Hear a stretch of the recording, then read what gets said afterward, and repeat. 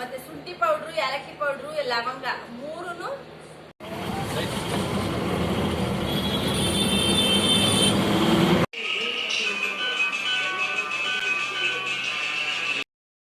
ಇದು ನಮ್ಮ ಗಗನ್ ಬರ್ತಡೇ ದಿನ ರೆಡಿಯಾಗಿದ್ದಿದ್ದು. ಒಂದು ರೀಲ್ಸ್ ಮಾಡುವ ಅಂತ ಮಾಡ್ತಾಯಿದ್ದೆ. ನಮ್ಮ ಮನೆಯವ್ರು ಏನೇನೋ ಅಂತಾಯಿದ್ರು. ಮತ್ತು ನಮ್ಮ ಅಕ್ಕ ಏನೋ ಬಂದಿಲ್ಲಲ್ಲ, ಮ್ಯಾಂಗೋ ಎಲ್ಲ ತಂದಿದ್ಲು. ಬ್ಯಾಕ್ ಸೈಡ್ ನೋಡಿ ಗುಡ್ಡೆ ಹಾಕಿಟ್ಟಿದ್ವಿ ಹುಲ್ ಜೊತೆಗೆ. ಹಣ್ಣಾಗಿರಲಿಲ್ಲ ಅಂದರೆ ನಮ್ಮ ಮಾವ ಅದಕ್ಕೆ ಮೊದಲು ದಿನವೇ ತಂದು ಕೊಟ್ಬಿಟ್ಟೋಗಿದ್ರು.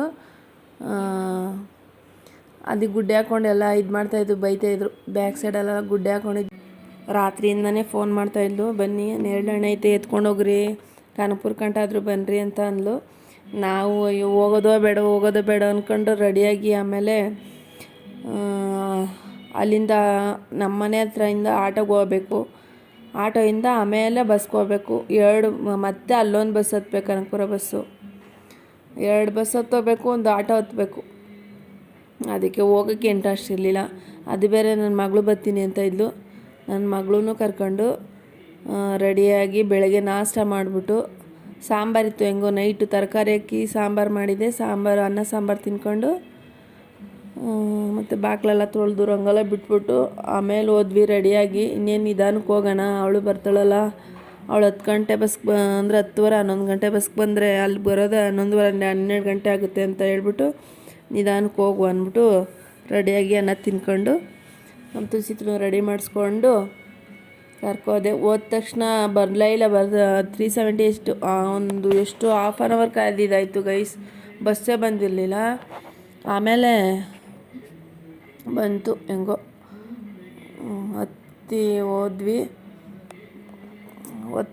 ಮತ್ತು ಹೋಯ್ತಾ ಇದ್ದಂಗೆ ತುಂಬ ರಶ್ ಆಗೋಯ್ತು. ಸಿಕ್ಕಿರಲೇ ಇಲ್ಲ ಒಬ್ಬೊಬ್ರಿಗೆ, ಪಾಪ ಸೀಟ್ಗಳೇ ಸಿಗಿರಲಿಲ್ಲ. ಈ ಕಡೆಯಿಂದ ಏನೋ ಸಿಕ್ತು, ಆ ಕಡೆಯಿಂದ ಬಸ್ ಎಷ್ಟು ರಶ್ಶು ಅಂದರೆ ಗೈಸ್ 2 ಗಂಟೆ 3 ಗಂಟೆ ಮೇಲೆ ಆಯಿತು ಅಂದರೆ ತುಂಬ ರಶ್ಗಳು ಬಸ್ಸು. ಯಾವಾಗ ಒಂದು ಸ್ವಲ್ಪ ಫ್ರೀಯಾಗಿರ್ತವೆ ಅಂದರೆ ಬಸ್ಗಳು ಒಂದು 10 ಗಂಟೆ 11 ಗಂಟೆಯಿಂದ ಒಂದು 1:30 2 ಗಂಟೆ ಒಳಗಡೆ ಮಾತ್ರ ಫ್ರೀಯಾಗಿರ್ತವೆ ಅಷ್ಟೇ. ಇಲ್ಲ ಬೆಳಗ್ಗೆ 10 ಗಂಟೆ ಒಳಗಡೆ ರಶ್ ಇರುತ್ತೆ, ಇಲ್ಲ ಅಂದರೆ ಒಂದು 2 ಗಂಟೆ ಮೇಲೆ ಮತ್ತೆ ಸಾಯಂಕಾಲ ರಾತ್ರಿ 10 ಗಂಟೆವರೆಗೂ ರಶ್ ಇರುತ್ತೆ. ಆ ಥರ ಬಸ್ಗಳು. ಏನೋ ಊರಿಗೆ ಹೋಗಿ ಬರೋರು ಮತ್ತು ಅವರೆಲ್ಲ ಇರ್ತಾರಲ್ವ, ಫ್ರೀಯಾಗಿ ಏನಾರು ಓಡಾಡ್ತೀನಿ ಅಂದರೆ ಮಾತ್ರ ಮಧ್ಯಾಹ್ನ ಟೈಮ್ ಹೋಗಬೇಕು. ಹಿಂಗೆ ಎಮರ್ಜೆನ್ಸಿಗೆ ಹೋಗಿ ಬಂದು ನಮ್ಮ ತುಳಸಿತುನಿ ಅಂತೂ ಊರಿಗೆ ಹೋಗೋದಂದರೆ ತುಂಬ ಖುಷಿ ಗೈಸ್. ಏನೋ ಒಂಥರ ಎಲ್ಲೋ ಹೋಗಿ ಬಂದು ಅನ್ನೋ ಥರ ಏನೋ ಖುಷಿ ಪಡ್ತಾಳೆ. ಬೇಡ ಇಲ್ಲೇ ಇರು ಮನೆಯಲ್ಲಿ ಅಂತ ಹೇಳಿದ್ರೆ ನನ್ನ ಜೊತೆಗೆ ಬಂದು ಅದು ಕೂತ್ಕೊಳ್ಳೋಕ್ಕೆ ಯಾರಿಗೂ ಜಾಗನೇ ಕೊಡಲ್ಲ ಅಂತಾಳೆ. ಒಂದು ಸೀಟ್ ಒಮ್ಮೆಕೆ ಬೇಕು. ಹೆಂಗೋ ಬಿಟ್ಕೊಟ್ರು ಸೀಟ್ ನೋಡಿ. ಆ ಕಡೆಯಿಂದ ಬಂದಿದ್ದು ಅವ್ರು ಎದ್ದೋದ್ರು, ಹೆಂಗೋ ಸೀಟ್ ಬಿಟ್ಕೊಟ್ರು.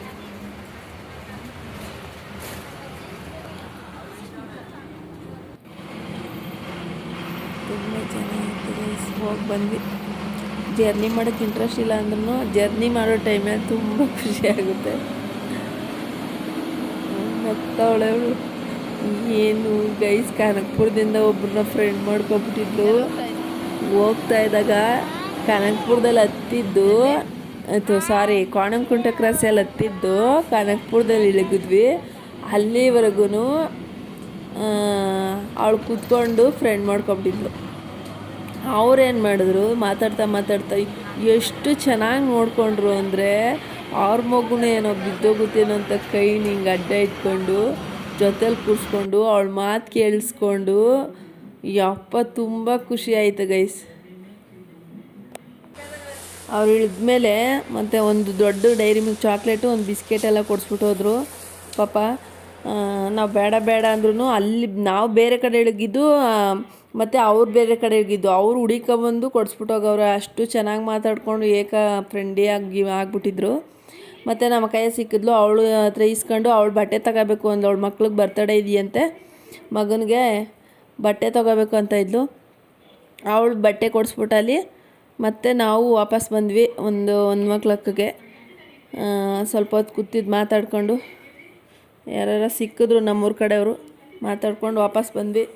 ನೇರ್ಲೆಹಣ್ಣು ತುಂಬ ಚೆನ್ನಾಗಿತ್ತು. ನೇರ್ಲೆಹಣ್ಣುಗಳು ದಪ್ಪ ಚೆನ್ನಾಗಿತ್ತು. ನೇರ್ಲೆಂಡ್ ತಿಂದೋರ್ಗಲ್ಲ ಇದು ಮಾಡ್ತಾ ಇರೋದೆ. ತುಸಿತ ಯಾರು ಕೊಟ್ಟಾರವ? ಆಂಟಿ. ಏನು ನೀರ್ಗೀರು ಹಾಕಿದ್ರೆ ಅಂತ ತೊಳೆದಿದ್ದಾರೆ. ತುಸಿದ ಇತ್ರವ ಅಲ್ಲ ಕಣವೇ.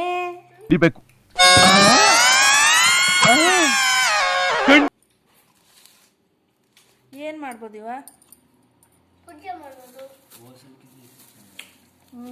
ಸೂಪರ್ ಆಗವೆ ನೋಡಿ ಗೈಸ್. ಕಾನ್ಪುರಕ್ಕೆ ಹೋಗಿದ್ದೆ ಇದಕ್ಕೋಸ್ಕರ.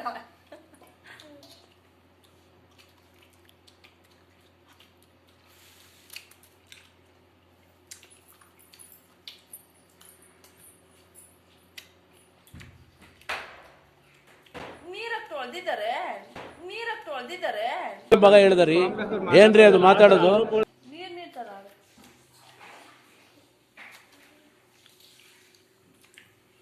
ರಸಾಲ ಹೊಂಟಗದೆ ಅಂತ ಸ್ವೀಟ್ ಇಲ್ಲ.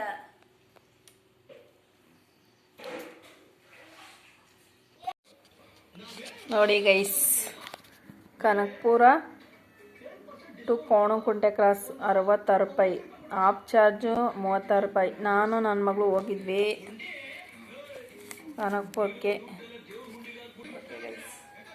ಇವಾಗೆಲ್ಲ ಫ್ರೆಶ್ ಅಪ್ ಆಗಬೇಕು, ಇನ್ನೂ ಫ್ರೆಶ್ ಅಪ್ ಆಗಿಲ್ಲ. ಇವಾಗ ತಾನೇ ಬಂದು ಸ್ವಲ್ಪ ನೇರ್ಲೆಂಡ್ ತಿಂದ್ಬಿಟ್ಟು ಹಲಸಿನಣ್ಣು ಸ್ವೀಟೇ ಇಲ್ಲ ಒಂಚೂರು ಗೈಸ್. ಆದರೆ ಎಷ್ಟು ದಪ್ಪ ಐತೆ ನೋಡಿ, ಚೆನ್ನಾಗೈತೆ.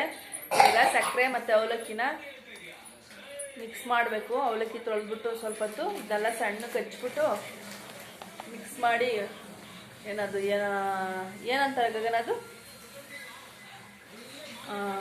ಏನಂತಾರಪ್ಪ, ಏನೋ ಅದು ಸ್ವೀಟ್ ಮಾಡೋಣ ಅದರಿಂದ.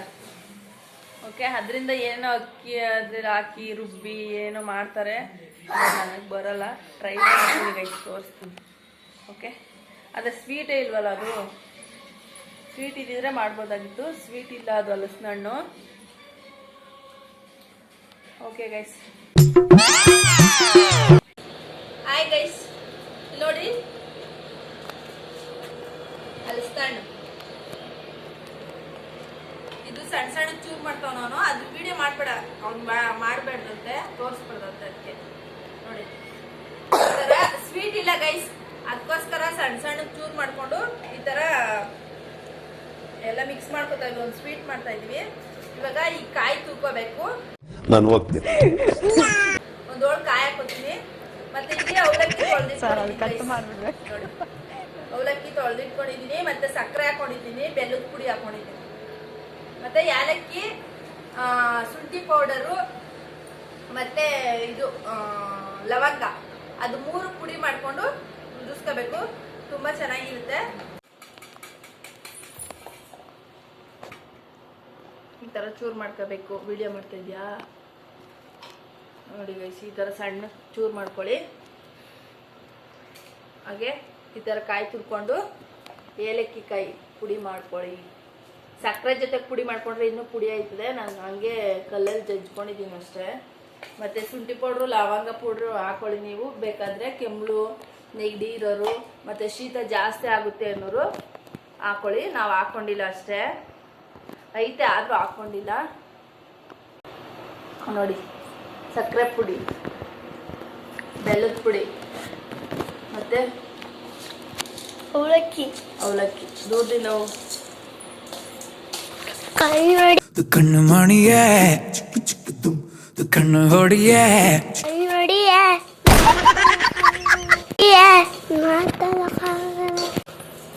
ಮೂರು ಫಸ್ಟ್ 2 ಮಿಕ್ಸ್ ಮಾಡ್ಕೊಳ್ತೀನಿ. ಸಕ್ಕರೆ, ಬೆಲ್ಲ, ಅವಲಕ್ಕಿ.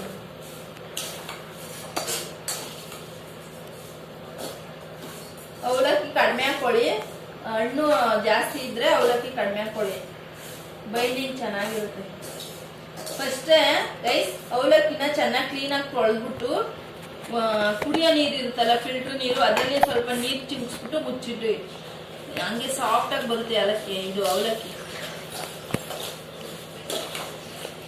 ನೋಡಿ ಇವಾಗ ಆಯ್ತಲ್ವಾ? ಇಲ್ಲಿ ನೋಡಿ, ಇದಾಯ್ತು. ಚೂರು ಮಾಡ್ಕೊತಾ ಇದ್ದೀವಿ, ಚೂರಾಗಿದೆ. ಇನ್ನೂ ನೋಡಿ ದೊಡ್ಡ ಹಂಗೆ ಐತೆ. ಇವಾಗ ಇದು ಮಿಕ್ಸ್ ಮಾಡ್ತೀನಿ ನೋಡಿ.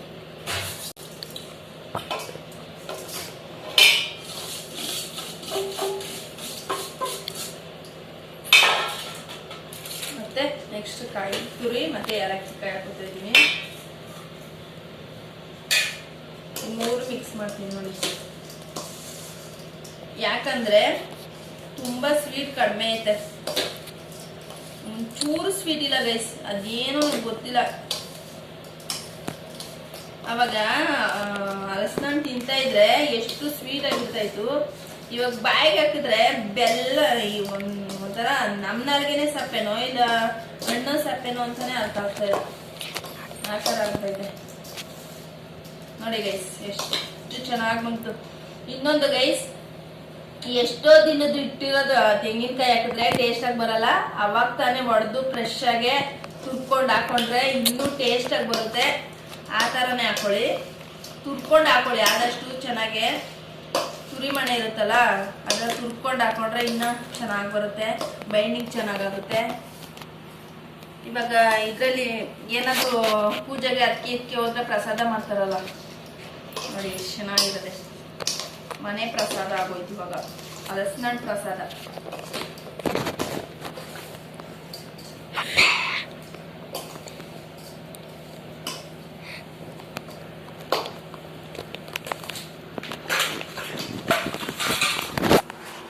ಕುಸಿತ ಒಂದು ಫೋಟೋ ಮಾಡಿ ನೋಡಿ ಗೈಸ್, ಎಷ್ಟು ಚೆನ್ನಾಗಿ ಬಂತು ನೋಡಿ. ಚೆನ್ನಾಗಿದೆಯಾ? ತುಂಬ ಕಲರ್ಫುಲ್ ಆಗಿ ಬಂತು. ಟೇಸ್ಟ್ ಹೆಂಗೈತೆ ನೋಡವ. ಸಕ್ಕರೆ ಹಾಕಿದ್ವಿ, ಸ್ವಲ್ಪ ಬೈಂಡಿಂಗ್ ಆಗಬೇಕು.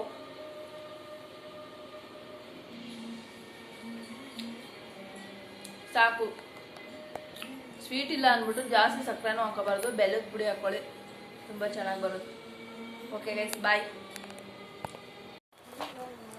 ಮಂಡೆ ತುಸಿತಿಂಗ್ ಸೂ ಬೇಕಾಗಿತ್ತು, ಅದಕ್ಕೆ ಟಯರ್ಡ್ ಆಗಿದ್ದು. ಅದು ಹಲಸಿನ ಹಣ್ಣು ಅದು ಸ್ವೀಟೆಲ್ಲ ತಿಂದಾದ್ಮೇಲೆ ನಮ್ಮ ಮನೆಯವ್ರು ಬಂದರು, ಅವ್ರಿಗೂ ಕೊಟ್ಬಿಟ್ಟು ತಿಂದಾದ್ಮೇಲೆ ಸ್ವಲ್ಪ ಶಾಪಿಂಗ್ ಇತ್ತು, ಬಂದಿದ್ವಿ. ಗಗನಿಗೂ ಬೇಕು, ತುಸಿತನಿಗೂ ಬೇಕು ಸೂ ಅಂತ ಹೇಳ್ಬಿಟ್ಟು ನೋಡಿ ಚೆಕ್ ಮಾಡ್ತಾವಳೆ. ಇದೇ ಬೇಕು ಅದೇ ಬೇಕು ಅಂತ ಇದು ಮಾಡ್ತಾಯಿದ್ಲು. ಇವಳಿಗೆ ಇದೇ ಬೇಕಂತೆ. ಇನ್ನೊಂದು ಕ್ಲಿಪ್ ಹಾಕೋದು ಒಂದಿತ್ತು ಸೂ, ಅದು ಬೇಡ ನನಗೆ ಇದೇ ಬೇಕು ಅಂದ್ಲು. ಇದು ನಾವು ಬಾಳಿಕೆ ಬರುತ್ತೆ ಅಂದ್ಬಿಟ್ಟು ಈ ಕರೆಕ್ಟಾಗುತ್ತೆ. ಮತ್ತು ಗಗನಿಗೂ ಚೆಕ್ ಮಾಡ್ತಾಯಿದ್ರು. ತೋರಿಸಿದ್ವ ಯಪ್ಪ, ಚೆನ್ನಾಗಿತ್ತು. ಅವರು ಕಾಲೇಜಲ್ಲಿ ಕಳಿಸಿದ್ರಲ್ವ,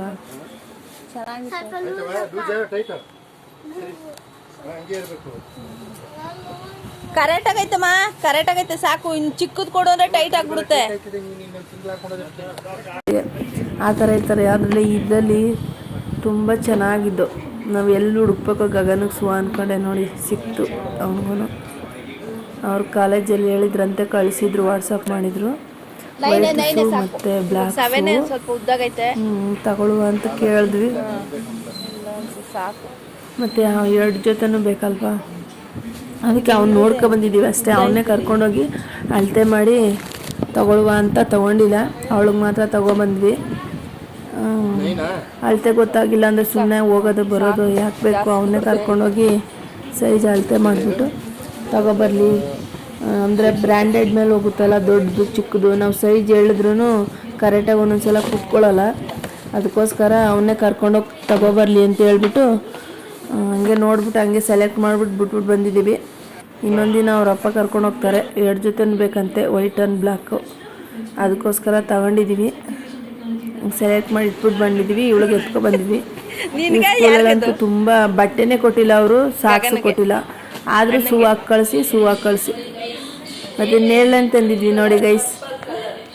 ಅದರಲ್ಲಿ ಅಂದರೆ ನಾನು natural colour, blue colour, black colour, ಯಾವ ಥರ 3 ಕಲರ್ ಕಾಣಿಸುತ್ತೆ ಗೈಸ್.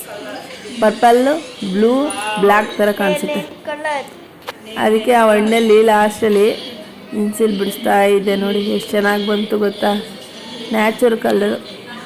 ಇವಾಗ ನಾವು ಪೆನ್ಸಿಲಲ್ಲಿ ಬಿಡಿಸ್ತೀವಿ ಅಂದ್ರೆ ನೀಟಾಗಿ ಬರೋಲ್ಲ. ಈ ಕಲರ್ ಎತ್ಕೊಂಡು ಬಿಡಿಸ್ತಾ ಇದೆ. ಅದನ್ನು ತುಸಿತ ವೀಡಿಯೋ ಮಾಡ್ಕೊಂಡೋಳೆ ನೋಡಿ ಗೈಸ್. ಚೆನ್ನಾಗಿ ಬಂತು ಮಾತ್ರ. ಡಿಸೈನ್ ಎಲ್ಲ ಮಾಡ್ತಾರೆ, ನಮ್ಗೆಲ್ಲ ಥರ ಎಲ್ಲ ಬರೋಲ್ಲ. ಏನಾದರೂ ಪೇಂಟಿಂಗ್ ಅಂದರೆ ಡ್ರಾಯಿಂಗ್ ಮಾಡಿಬಿಟ್ಟು ಕಲರ್ ತುಂಬಿದ್ರೆ ಇನ್ನೂ ಚೆನ್ನಾಗಿರುತ್ತೆ. ಸದ್ಯಕ್ಕೆ ಸುಮ್ಮನೆ ನಾನು ಅಲ್ಲಿ ಕುತ್ಕೊಂಡು ತಿಂತಾ ಇದ್ನಲ್ವ, ಈ ಥರ ಬಿಡ್ಸೋಣ ಅಂದ್ಬಿಟ್ಟು ಬಿಡಿಸ್ದೆ. ಚೆನ್ನಾಗಿ ಬಂತು.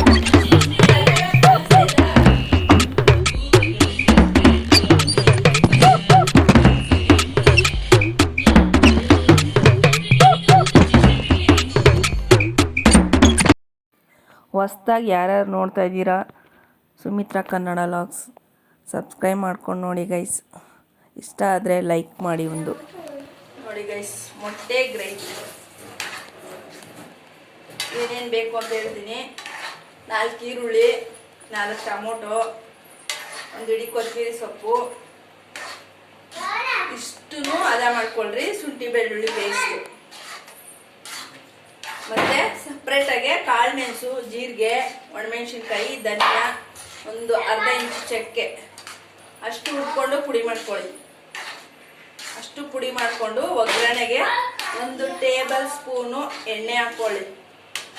ಹಾಕ್ಕೊಂಡು ಈರುಳ್ಳಿ, ಕರಿಬೇವಿನ ಸೊಪ್ಪು ಸ್ವಲ್ಪ ಫ್ರೈ ಮಾಡಾದ್ಮೇಲೆ 1 ಚಿಟಿಕೆ ಅರಿಶಿನ ಹಾಕ್ರಿ. ಅದೊಂದು ಸ್ವಲ್ಪ ಫ್ರೈ ಮಾಡಿ. ಆಮೇಲೆ ಟೊಮೊಟೊ ಕಟ್ ಮಾಡ್ಕೊಂಡಿರ್ತೀರಲ್ಲ, ಟೊಮೊಟೊ ಹಾಕ್ಕೊಳ್ಳಿ. ಟೊಮೊಟೊ ಹಾಕೊಂಡಾದ್ಮೇಲೆ ಸ್ವಲ್ಪ ಉಪ್ಪು ಹಾಕಿ, ಟೇಸ್ಟಿಗೆ ಎಷ್ಟು ಬೇಕೋ ಅಷ್ಟು ಉಪ್ಪು ಹಾಕ್ಕೊಂಡು ಫ್ರೈ ಮಾಡ್ಕೊಳ್ಳಿ. ಫ್ರೈ ಮಾಡ್ಕೊಂಡಾದ್ಮೇಲೆ ಮತ್ತೆ ಇದು ಹಸಿ ಮೊಟ್ಟೆ ಇಟ್ಕೊಂಡಿರ್ತೀರಲ್ಲ, ಬೇಯಿಸ್ತಿರೋ ಮೊಟ್ಟೆ, ಅದನ್ನು ಒಂದು 4 ಹಾಕ್ಕೊಳ್ಳಿ. 4 ಹಾಕಾದ್ಮೇಲೆ ಫ್ರೈ ಮಾಡಿಬಿಟ್ಟು ಮತ್ತೆ ನಾವು ಹುರಿದುಟ್ಕೊಂಡು ಪುಡಿ ಮಾಡ್ಕೊಂಡಿರ್ತೀವಲ್ಲ, ಆ ಪುಡಿ ಹಾಕ್ಕೊಳ್ಳಿ. ಪುಡಿ ಹಾಕಾದ್ಮೇಲೆ ಸ್ವಲ್ಪ ಹುಣಸೆ ರಸ ಹಾಕಿ. ಹುಣಸೆ ರಸ ಹಾಕಾದ್ಮೇಲೆ ಇನ್ನೊಂದು ಸ್ವಲ್ಪ ನೀರು ಹಾಕ್ಕೊಂಡು ಈ ಬೇಯಿಸ್ಕೊಂಡಿರೋ ಮೊಟ್ಟೆನ ಸ್ವಲ್ಪ ಚಾಕೆಲಿ ಒಂದೊಂಚೂರು ಟಚ್ ಮಾಡಿ, ಹಿಂಗೆ ಕಟ್ ಮಾಡಿ ಚೂರು ಚೂರು ಮಾಡಿ ಹಿಂಗಾಗಿ ನೋಡಿ ಮೊಟ್ಟೆ ಗ್ರೇವಿ ಎಷ್ಟು ಚೆನ್ನಾಗಿದೆ. ಈ ಥರ ಫುಲ್ಲು ರೆಸಿಪಿ ಹಾಕೋಕ್ಕಾಗಿಲ್ಲ, ನೋಡ್ಕೊಳ್ಳಿ ಗೈಸ್ ಎಷ್ಟು ಚೆನ್ನಾಗಿ ಬಂದಿದೆ ಅಂತ.